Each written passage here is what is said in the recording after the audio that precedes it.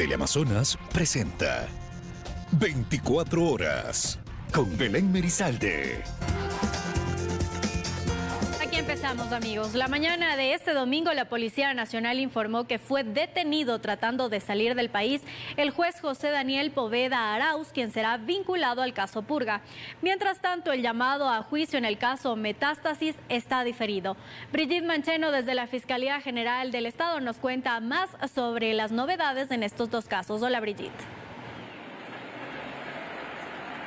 ¿Qué tal, Belén, amigos televidentes? Muy buenas tardes. Así es, lo que se conoce sobre el juez José Poveda, que será vinculado al caso Purga, es que arribará a la ciudad de Quito en las próximas horas. Esto luego de que fuera detenido mientras intentaba salir del país en el aeropuerto internacional José Joaquín de Olmedo, ubicado en la ciudad de Guayaquil. Según la Policía Nacional, el juez trataba de salir a Estados Unidos, de hecho con destino a la ciudad de Nueva York, y es precisamente por ello que gracias a las labores de la Policía Nacional junto con la Fiscalía se da con el paradero del juez, y también lo que se conoce es que junto a él otras 12 personas también serán vinculadas al caso Purga. Recordemos que se solicitó hora y fecha para que en la Corte Nacional de Justicia pues se pueda ya vincular a estas personas. Se espera que esto sea el día de mañana a las 17 horas, pero antes también van a rendir sus testimonios Mayra Salazar y Daniel Salcedo, específicamente a las 8:30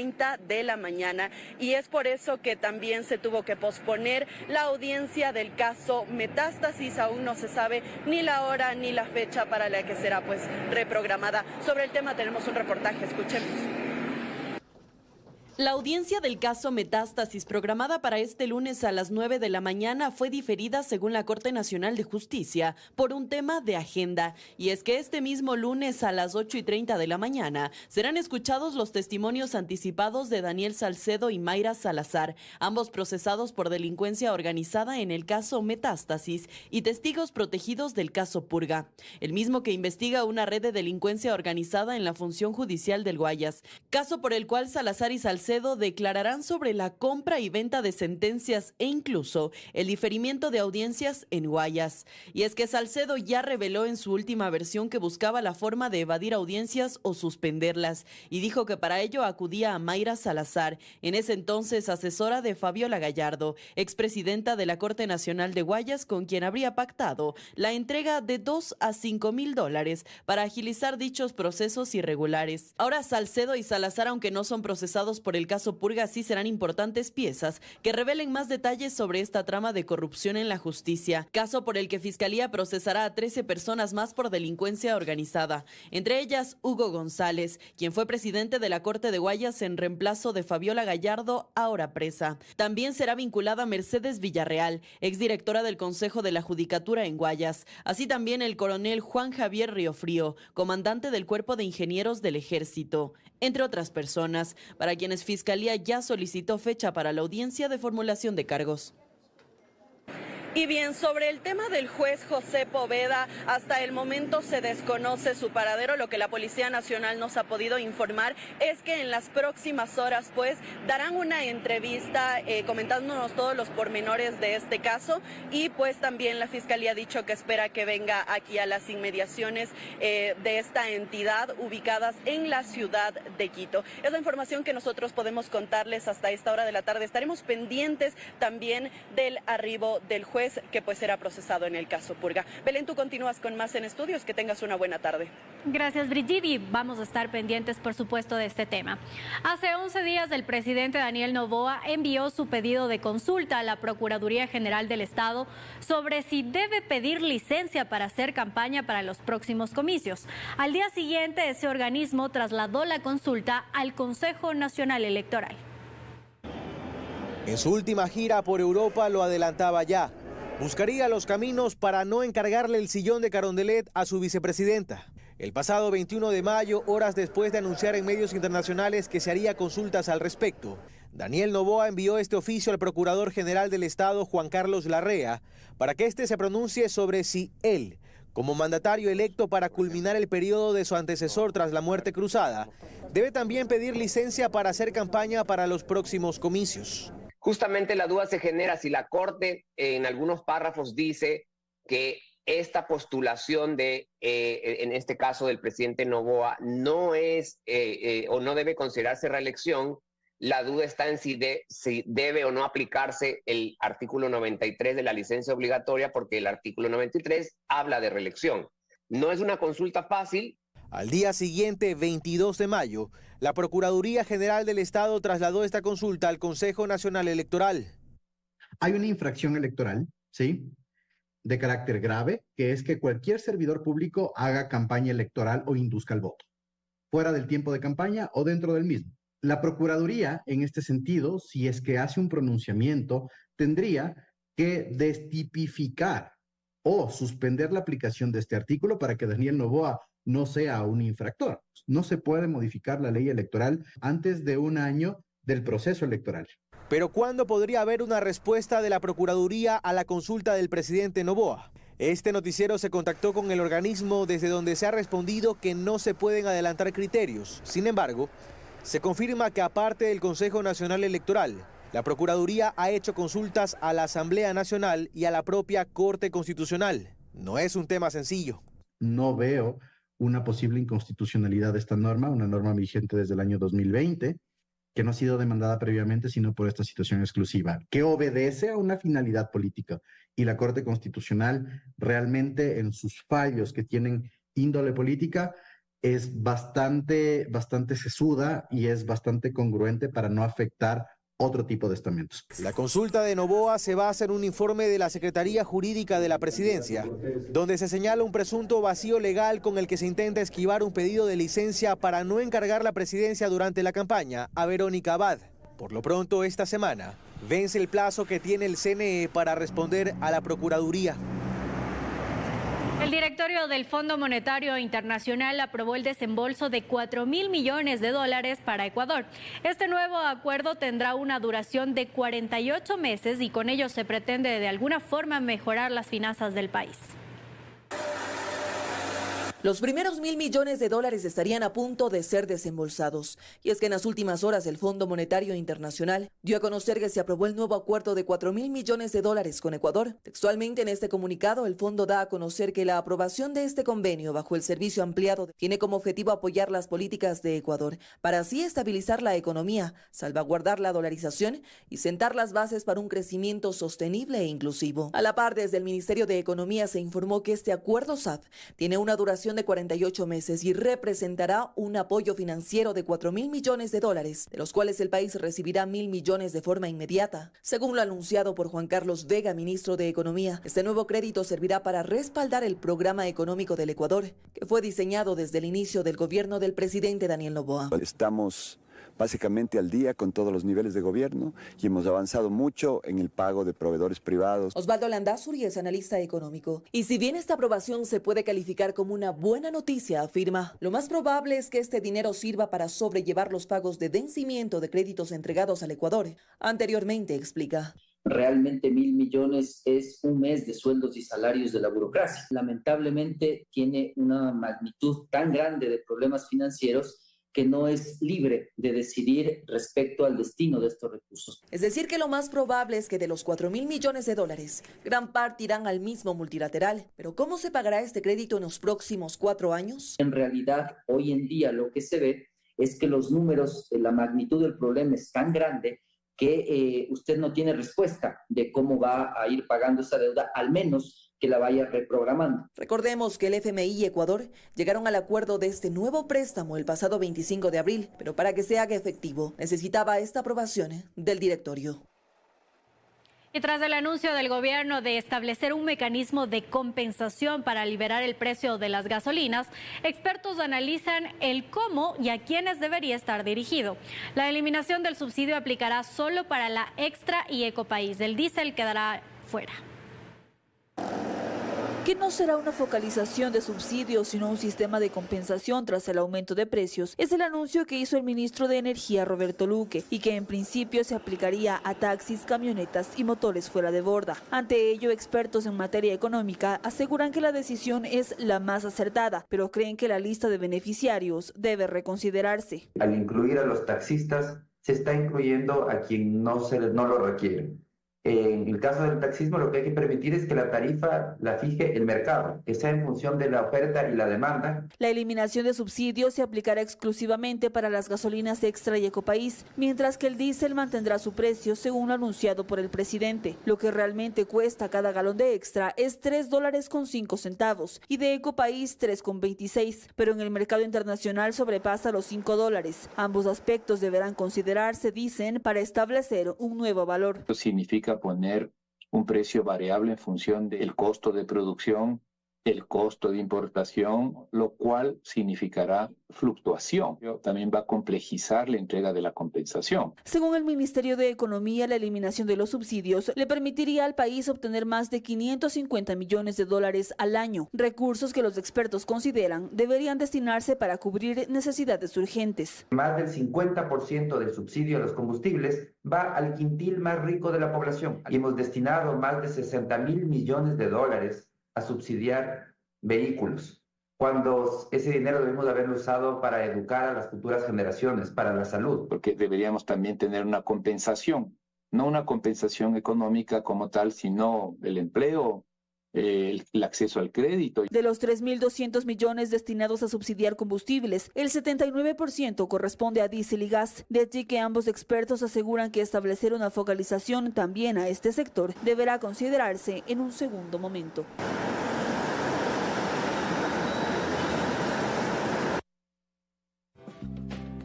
Vamos a revisar una de las principales noticias internacionales, pues hoy México acude a las urnas con dos mujeres como claras favoritas para alcanzar la presidencia de un país gravemente asolado por la violencia que deja el narcotráfico. Los tres candidatos presidenciales y el actual mandatario ya ejercieron su derecho al voto. Desde la Ciudad de México vamos a hacer contacto con Jorge Agobián de nuestra cadena aliada Voz de América, para que nos informe qué es lo que ocurre en esta nación. Buenas tardes.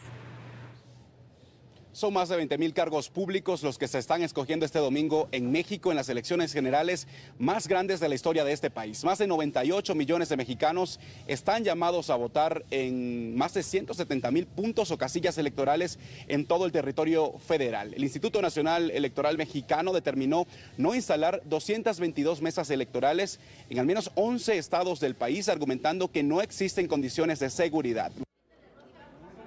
Los mexicanos acuden a las urnas este domingo para elegir a su primera presidenta de la historia del país, que registra 10 femicidios al día y está asolado por la violencia de las bandas de narcotraficantes.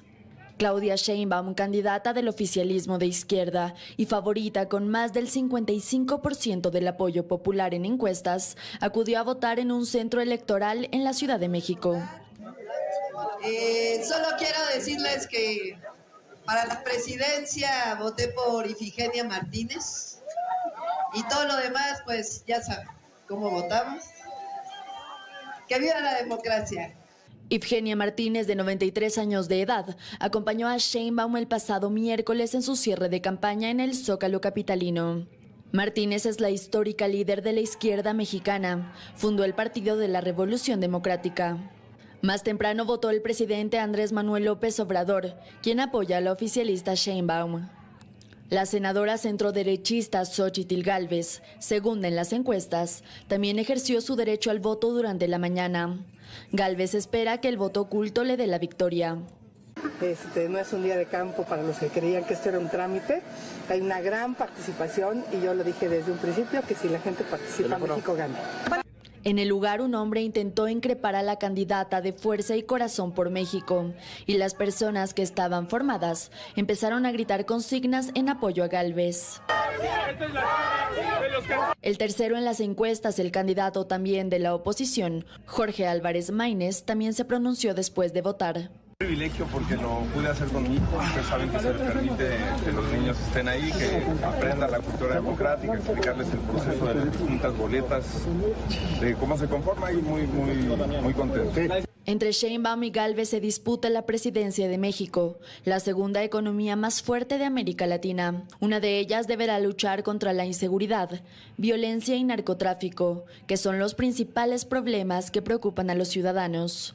Este domingo los mexicanos elegirán a poco más de 20,000 cargos, incluidos el Congreso y 9 de las 32 gobernaciones. Y se espera que pasadas las 10 de la noche se puedan comenzar a conocer resultados preliminares, al menos de la elección presidencial. La contienda presidencial se disputa entre dos mujeres, la oficialista Claudia Sheinbaum, quien según las encuestas tiene la mayoría de la intención del voto por parte de los consultados, que es abanderada al mismo tiempo por el partido del actual presidente Andrés Manuel López Obrador, y la opositora Xóchitl Gálvez, ex senadora de la República, pero también participa en la contienda Jorge Álvarez Maínez, el único hombre aspirante de la elección. Desde la Ciudad de México reporta Jorge Agobián, de La Voz de América. Muchas gracias, Jorge, y así es, en nuestro noticiero estelar ya tendremos más información de lo que ocurre en México.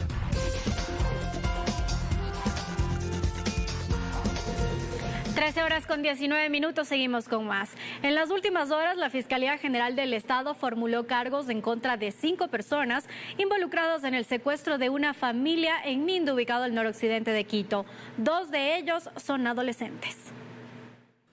Como una liberación de película, así ha sido catalogado este rescate a una familia de 6 personas quienes llevaban secuestrados cerca de un mes en una hacienda ubicada en la parroquia de Mindo, al noroccidente de la provincia de Pichincha. En las imágenes se puede observar cómo agentes especializados de la Unidad Antisecuestros y de la Policía Nacional custodian fuertemente a los 5 sujetos. Se trata de los presuntos secuestradores. No había sido puesto en conocimiento de la policía ni de ninguna autoridad competente la ejecución de este delito. Esto fue puesto en conocimiento hace 2 días atrás, por lo cual se le levantó la información respectiva, se realizaron las tareas de gestión investigativa y se logró determinar el punto exacto donde estaban retenida esta familia.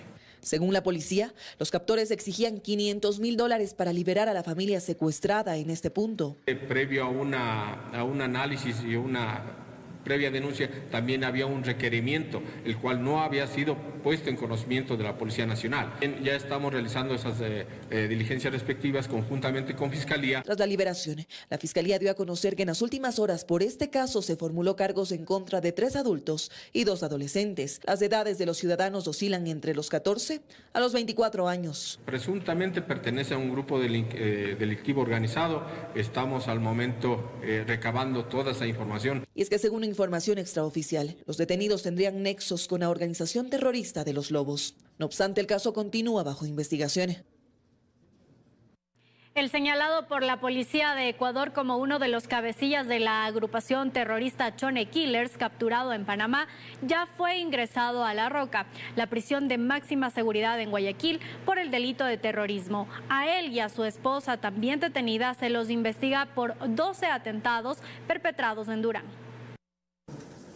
Esta es la cronología de los ataques terroristas y asesinatos a fiscales del país que se le atribuyen a Julio Alberto Martínez Alcíbar, alias Negro Tulio. El 1 de noviembre de 2022, 3 ataques en el cantón Durán. A las 14:46, una policía herida en el circuito El Arbolito. A las 15:52, 2 policías asesinados. A las 17 horas, atentado al municipio de Durán con un artefacto explosivo. Mientras que el 15 de mayo de 2023, intento asesinato al alcalde de Durán, Luis Chonillo, en su primer día de gestión. Aquella vez 2 policías fueron asesinados. Al siguiente mes de ese mismo año, asesinato al fiscal Ángel Palacios. Luego, el 17 de enero de 2024, asesinato al fiscal César Suárez. Todos estos actos terroristas están plenamente realizadas las pericias, alias Negro Tulio sería el que lidera en el sector de Durán a esta facción terrorista de los Chone Killers. El objetivo de alto valor para la policía de Ecuador, alias Negro Tulio, que confirma la Policía Nacional, al menos se sometió a 3 cirugías plásticas para evadir a las autoridades. Llegó al país junto a su esposa Alexandra Germania Estrada Aquino la tarde del sábado, resguardado por la policía panameña. Su fisionomía lo había cambiado con anterioridad, entonces es importante que bajo pericias y trabajos investigativos se logró determinar el paradero. La localización de los capturados se realizó en una residencia ubicada en el corregimiento de Juan Díaz, Costa Sur. En Panamá, las autoridades panameñas y la Interpol de Ecuador cooperaron para emitir la orden de alerta azul y así facilitar la captura y traslado de los detenidos. De lo que manejaba la Policía Nacional se entiende que él seguía liderando desde allá las acciones terroristas y de sicariato que se direccionaban aquí en el sector. El señalado como uno de los líderes de la estructura terrorista Chone Killers Tras la audiencia, junto a su pareja, recibieron prisión preventiva por el delito de terrorismo.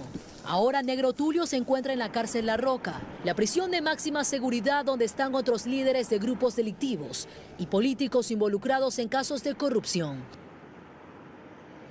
874 bloques de cocaína fueron decomisados por la Policía Nacional la madrugada de este domingo en la playa San Lorenzo, en la provincia de Manabí. La droga estaba oculta en 22 sacos de yute en una finca de esa zona. Renacer 11. Ese es el nombre del operativo que ejecutó la Policía Nacional en el sector Las Piñas de la playa San Lorenzo en Manabí. El resultado fue el decomiso de más de 1 tonelada de cocaína, la cual estaba oculta entre matorrales y tierra, en un extremo de una cabaña de caña.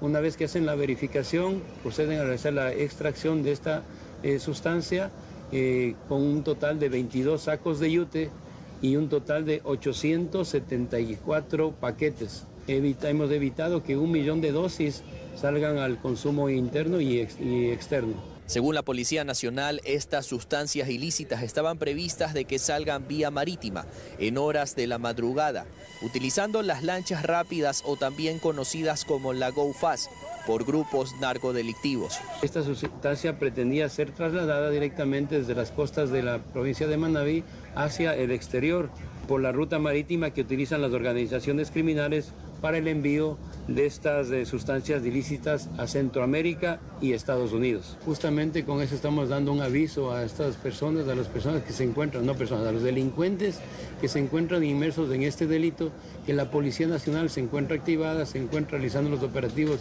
direccionados a este tipo de delitos. Aún se desconoce a qué grupo delictivo pertenecería esta droga, mas sin embargo la Policía Nacional detalló que se realizarán las investigaciones pertinentes para conocer a quién pertenecería esta tonelada de cocaína incautada.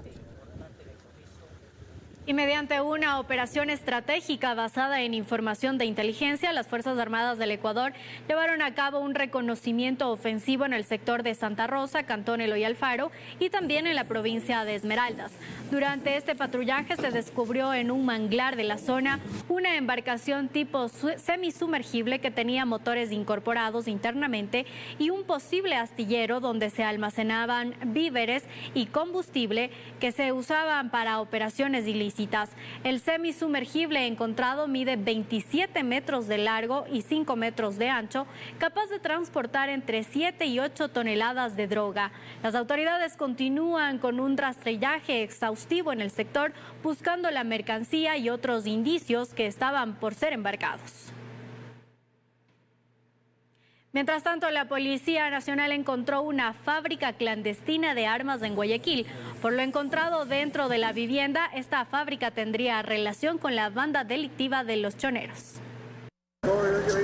La fábrica clandestina de armas de fuego operaba desde el interior de una vivienda ubicada en el sector de La Florida, norte de Guayaquil, la noche de este viernes 31 de mayo. Esto tras varios meses de investigaciones por parte de los grupos especializados de la policía. Pero como ustedes ven, hay algunas partes de armas de fuego, es más, algunas con algunos jeroglíficos de algunos grupos terroristas, y como les manifiesto, seguimos con las investigaciones para lograr establecer ya a todos los causantes de este hecho. 2 personas fueron detenidas mediante estos operativos. En el lugar se encontraron moldes para fabricar pistolas, silenciadores, correderas, entre otros equipos. También equipos tecnológicos de tercera dimensión, en donde ellos estaban fabricando este tipo de armamento clandestino.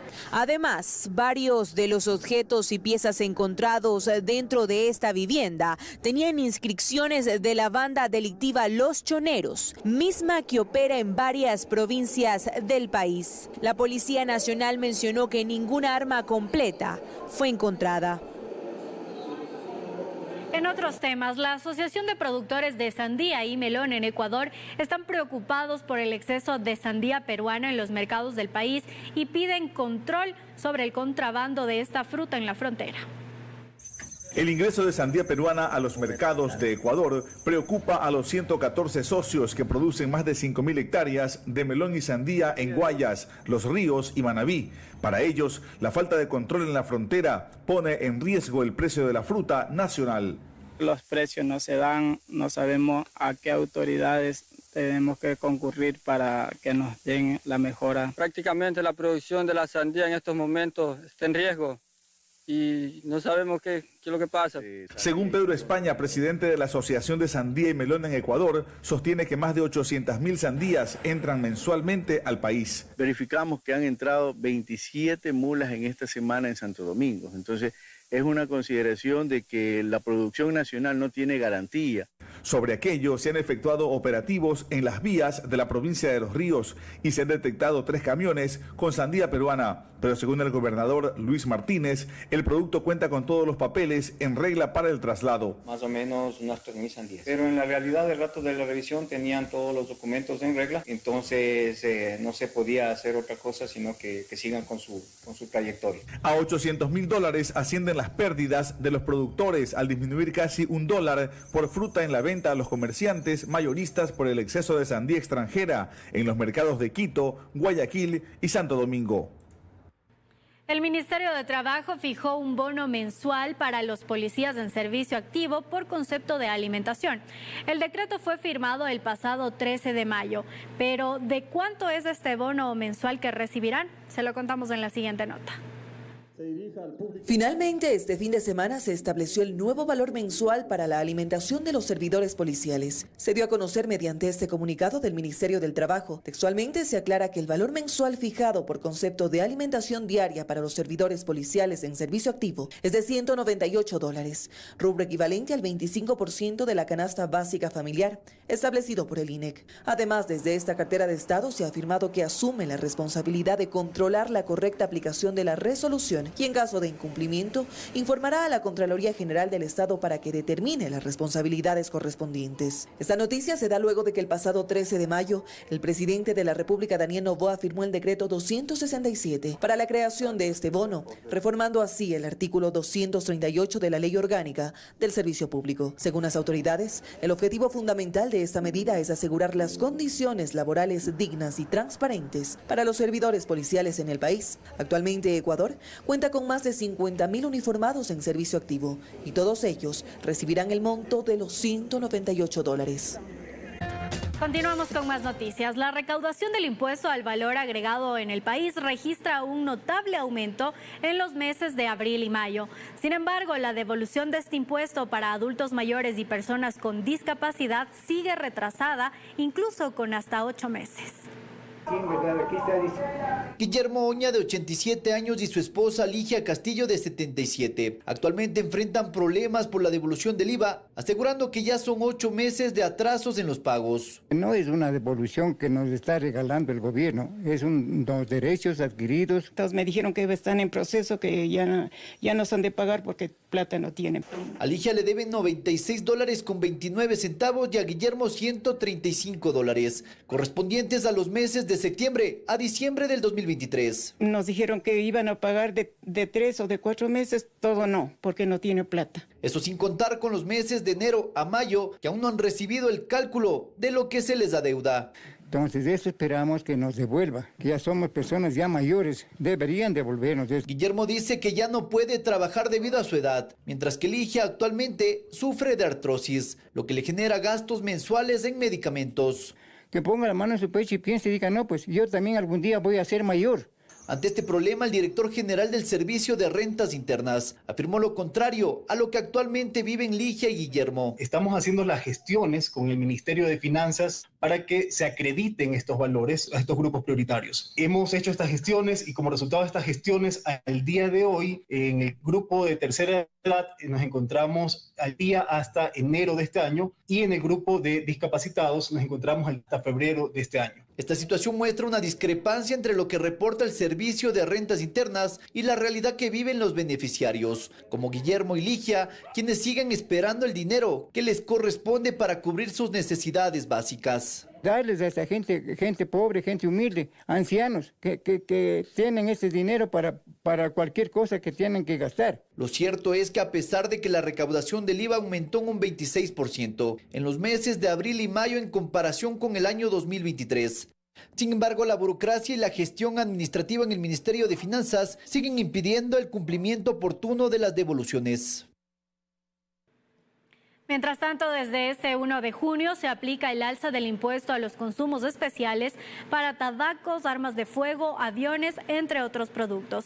En 2023, el SRI recaudó 826 millones de dólares por este tributo. Luego de que la Corte de Pichincha dejara sin efecto el decreto 645 que disminuía el impuesto a los consumos especiales y que fue firmado por el expresidente Guillermo Lasso, el Servicio de Rentas Internas el pasado 29 de mayo dio a conocer el alza en las tarifas de este tributo. Y es así que desde junio aumenta el precio de los productos que gravan este impuesto. Dentro de los más significativos podemos mencionar 3: tabacos y productos de tabaco. Para armas de fuego, el impuesto a los consumos especiales varía dependiendo del artículo. Aquí algunos ejemplos. En 2023, con el decreto mencionado, un cigarrillo electrónico tenía un impuesto a los consumos especiales de $4. Actualmente el impuesto aumentó a $9. Por lo tanto, si el vapeador costaba $17, desde este mes tendrá un valor de $26. Lo mismo sucede con las bebidas alcohólicas. En 2023, si una botella de 750 mililitros tenía un precio de $42, actualmente costará $45. Las armas de fuego también gravan este impuesto. En 2023, con el decreto mencionado, el tributo para un arma valorada en $2,000 era de $250. Actualmente subió a $750. Los cigarrillos y bebidas azucaradas también aumentarán de precio. Por ejemplo, una cajetilla entera de cigarrillos estaba en $7.50 y con este tema pasaría a un valor de $9 la cajetilla entera.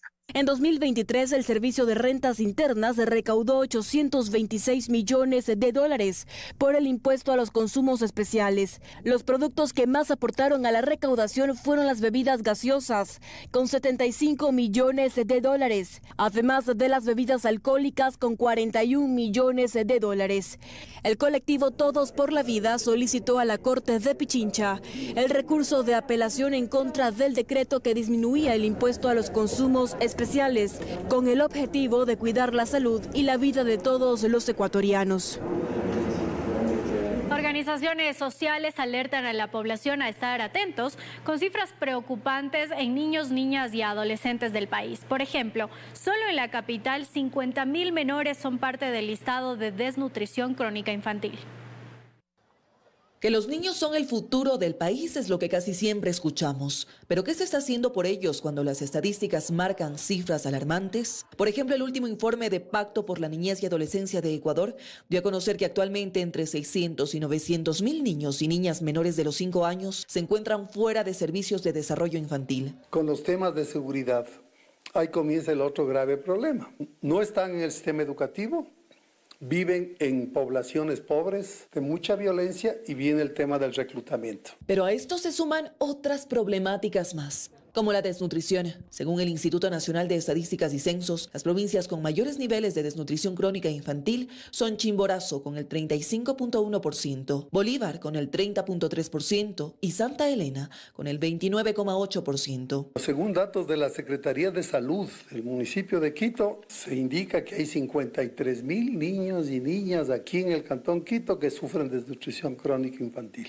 La Fundación Aldea da otra cifra estremecedora. Por ejemplo, que desde el 2014 hasta la fecha, más de 1.700 menores han quedado en orfandad por femicidios, que en la mayoría de casos son ocasionados por sus padres. Entonces los guaguas, los niños, las niñas, adolescentes se quedan al mismo tiempo sin su madre y sin su padre. Y en 4 de cada 10 casos, muchas veces ven la perpetración del delito, es decir, miran, fueron testigos del hecho. La crisis migratoria, el trabajo infantil y la violencia criminal hoy en día también se han apoderado de los más pequeños. Y si bien el gobierno trabaja en estrategias para combatirlas, las organizaciones hacen un llamado para generar políticas que permitan luchar por los derechos de los menores. En explotación sexual, en violencia sexual, en violación, tenemos mucho que hacer. El gobierno tendría que estar alarmado. Establecer una política nacional de protección integral orientada a lograr en cada uno de los momentos de la vida de un niño, de una niña, lograr su desarrollo integral.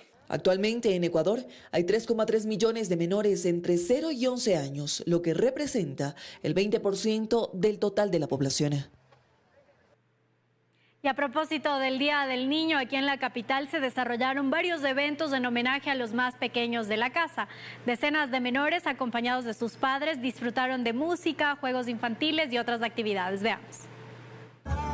Juntos nos movemos por la niñez. Así se denominó uno de los eventos que agasajó a los más pequeñitos de la casa.